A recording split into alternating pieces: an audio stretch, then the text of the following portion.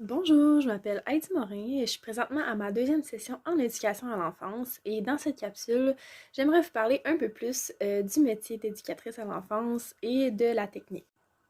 Donc pour commencer, j'aimerais vous parler un peu de mon cheminement à moi.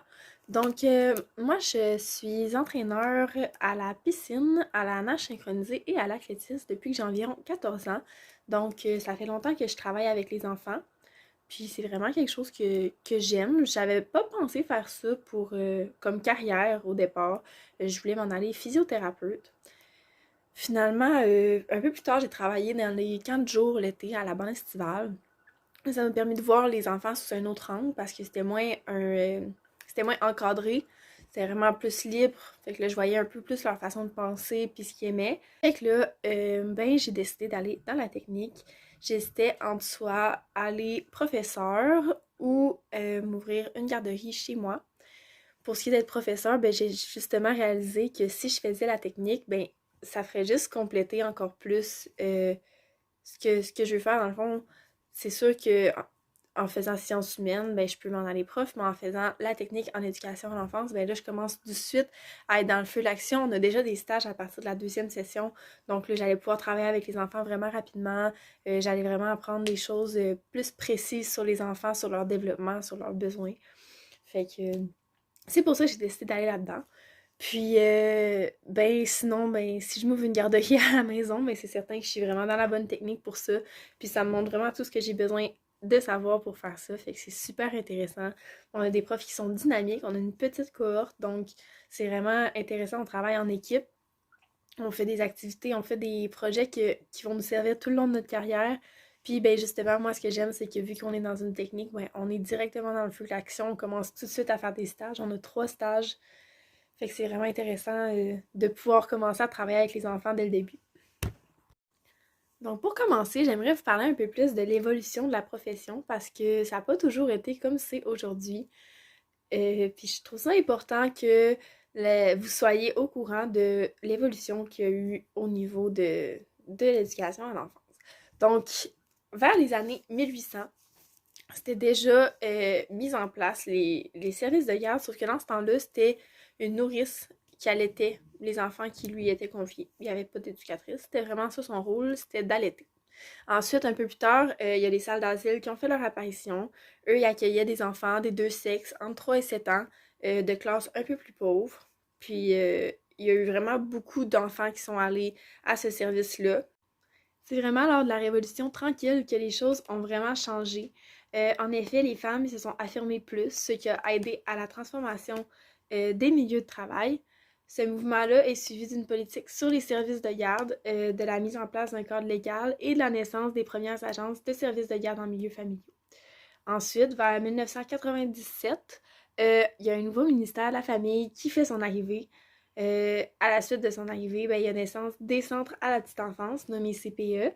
Il y a la création de places à contribution réduite et l'instauration du premier programme éducatif. Finalement, c'est vraiment entre 2003 et 2017 que les services de garde commencent à être plus reconnus et plus pris au sérieux. Donc, on remarque que les responsables en service de garde, les RSG, sont obligés de suivre une formation de 45 heures et qu'il y a une augmentation importante des places subventionnées.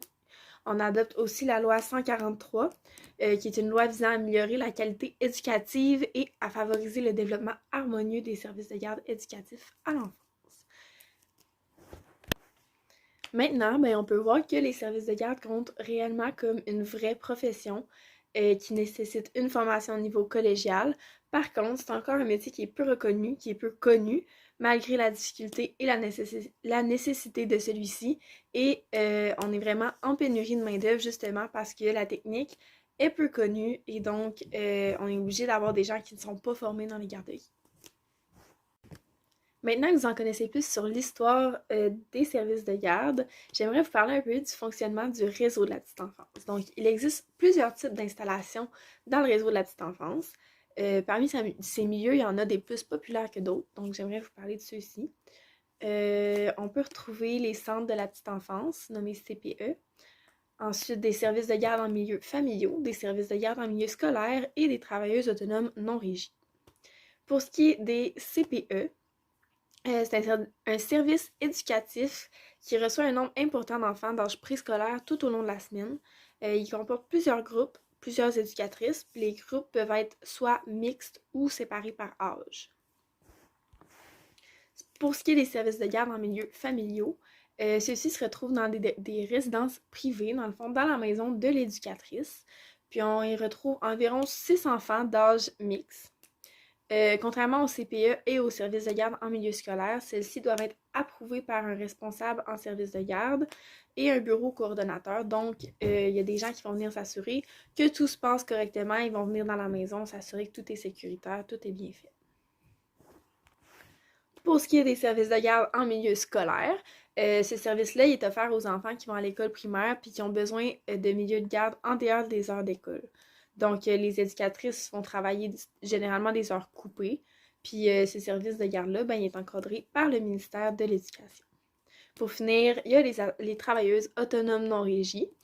Elles sont comme les services de garde en milieu familiaux, mais ils font pas affaire avec le bureau coordonnateur. Donc, il y a personne qui va venir à la maison s'assurer que tout est bien fait. Il y a personne qui va les aider dans leur démarche.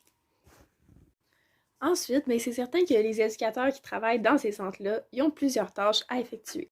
Donc, les éducateurs ils vont intervenir auprès des enfants de 0 à 12 ans. Cette tâche d'âge-là représente un moment critique dans le développement de l'enfant. Donc, son rôle principal, c'est d'assurer le bien-être de l'enfant, tout en créant un milieu qui favorise son développement.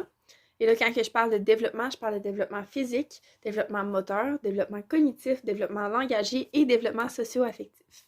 Donc, c'est quand même une très grosse tâche. En plus des tâches à réaliser, l'éducateur doit avoir certaines habiletés professionnelles qui sont nécessaires dans le métier. Donc, encore une fois, je peux pas tous les nommer. Il y en a vraiment beaucoup à avoir, mais selon moi, il y en a 5 qui sont vraiment plus importantes. Et c'est d'avoir de la discrétion, du dynamisme, de la maîtrise de soi, de la créativité et du jugement. Ensuite, j'aimerais vous parler de l'intervention de style démocratique. Donc, il y a beaucoup d'interventions, autant dans les interventions parentales que les interventions des éducatrices, mais celle-là qu'on prône vraiment, c'est l'intervention de style démocratique. Cette intervention-là, ça favorise le libre choix de l'enfant, puis ça l'encourage à participer aux décisions dans la mesure du possible. Donc, un éducateur qui utilise ce style d'intervention-là partagera son pouvoir avec les enfants, considérera les enfants comme des égaux. Ensuite, je veux vous parler de la relation d'attachement, qui est vraiment très importante dans le développement de l'enfant. L'attachement, c'est une force d'attraction qui attire deux corps l'un vers l'autre. C'est une force instinctive. C'est la force instinctive la plus puissante de l'univers. Puis c'est un besoin de base avec lequel tout le monde naît. Il s'agit d'une force invisible, mais qui est fondamentale pour la survie de tout être humain. L'attachement désigne le lien qui se crée entre l'enfant et ses pourvoyeurs de soins dans les premières années de vie. Ce lien-là, il se crée grâce aux parents qui vont répondre justement à ses besoins de base, aux besoins de base de l'enfant, qui vont s'assurer qu'il est en sécurité, qu'il a assez mangé, qu'il a assez dormi, que sa couche est changée, etc. L'attachement, c'est important pour que l'enfant puisse atteindre une personnalité qui est saine. Quand je dis personnalité qui est saine, je veux dire qu'il va atteindre un plein développement intellectuel, qu'il va être capable de penser logiquement, qu'il va se développer sa conscience, qu'il fasse bien face au stress et aux frustrations, qu'il soit capable de gérer ses peurs et ses inquiétudes. Le lien d'attachement permettra aussi à chaque enfant de devenir plus autonome, de développer des relations plus facilement et de disposer d'un large éventail d'émotions. Je voulais aussi vous parler de l'approche écologique. L'approche écologique, c'est une approche qui prend en considération l'individu et l'ensemble de son environnement. Elle est composée de différentes couches systémiques impliquées les unes dans les autres, un peu comme sous forme de poupée russe, donc ça fait un schéma de plus petit à plus grand. Et chaque couche du système représente les influences les plus et les moins proches de l'entourage de l'enfant qui ont un impact sur lui. Dans ces couches-là, on retrouve le microsystème, le mésosystème, l'exosystème et le macrosystème. Donc, premièrement, le microsystème, c'est tout ce qui est très proche de l'enfant dans son quotidien. Ses amis, ses parents, ses grands-parents, sa fratrie, etc. Ensuite, le mésosystème, il englobe les organisations locales et régionales comme l'école, le voisinage, les services de garde, etc. L'exosystème, lui, englobe les organisations locales comme la commission scolaire, les services de réadaptation, la municipalité, etc. Et pour finir, le macrosystème, ben, c'est tout ce qui est politique nationale, par exemple les normes, les habitudes de vie, les valeurs, les croyances, etc. Tous les systèmes offriront à l'enfant des facteurs de risque et des facteurs de protection. Donc, les facteurs de risque, c'est des choses dans le modèle écologique qui peuvent nuire à l'enfant, comme par exemple habiter dans un lieu de pauvreté ou avoir des parents qui sont négligents. Puis les facteurs de protection, ben, eux aussi, c'est les choses dans le modèle écologique, mais qui vont agir comme un bouclier contre ces difficultés-là. C'est des choses présentes dans le modèle écologique qui peuvent aider l'enfant. Par exemple, une éducatrice qui porte attention aux détails puis qui se soucie réellement de l'enfant, ou un grand-parent qui vont aider les parents dans leurs finances parce qu'ils ont plus de difficultés. Plus qu'il va y avoir de facteurs de protection dans la vie d'un enfant, plus que cet enfant-là va augmenter ses chances de se développer à son plein potentiel et éventuellement d'être un parent accompli à l'âge adulte. Et dans cette capsule, c'est l'approche humaniste. Donc, la psychologie humaniste considère que l'enfant est une personne à part entière qui naît avec une curiosité et un désir naturel d'apprendre. Il considère que chaque personne n'est définie d'avance et une fois pour toutes et que tout le monde est capable de changer, de se transformer et de s'améliorer. Cette approche-là considère que chaque enfant est unique puis que ils sont acteurs de leur propre développement. Donc, l'adulte qui est simplement là pour accompagner l'enfant.